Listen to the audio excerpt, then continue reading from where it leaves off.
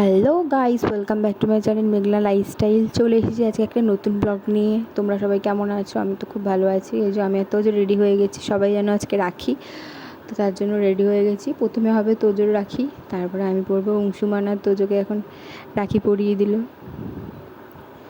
সৃষ্টি।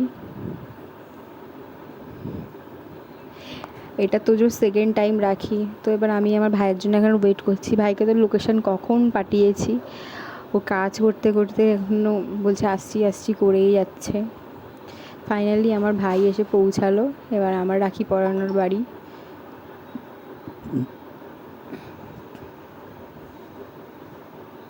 আমি তো রাখি পরাতে পরাতে বলছি, তুই আগে বল আমাকে কী গিফট দিবি, আমার জন্য কী গিফট এনেছিস। ও বলছে, তুই কি গিফট পরানোর জন্য আমাকে, গিফট পাওয়ার জন্য আমাকে রাখি পরাচ্ছিস? কিছু দেবো না তোকে, 1 টাকা দেবো, ব্যাস হয়ে যাবে। আমি বলছি, দিতে হবে না তোকে 1 টাকা, তুই রাখি পর, খাওয়া দা।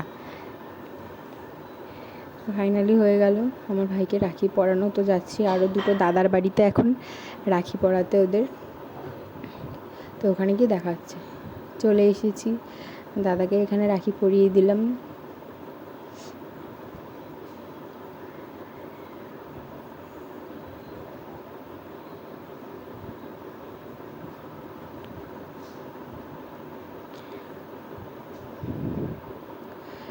বাঁধতেই পারছি না গাইস আমি রাখিটা।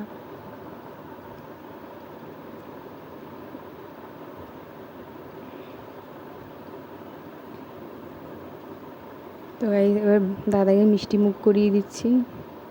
দাদা এবার আমাকে একটু মিষ্টি খাইয়ে দিল। আমি বললাম, হ্যাঁ বেশি করে দে, আমি খেতে পারবো, আমি খুব ভালোবাসি এটা খেতে।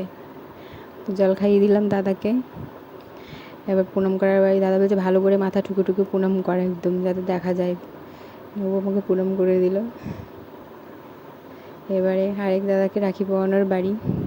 এখানে একটা কথা আছে গাইস, সম্পর্কে আমি ওর দিয়ে বড়, বয়সেও আমার দিয়ে বড়।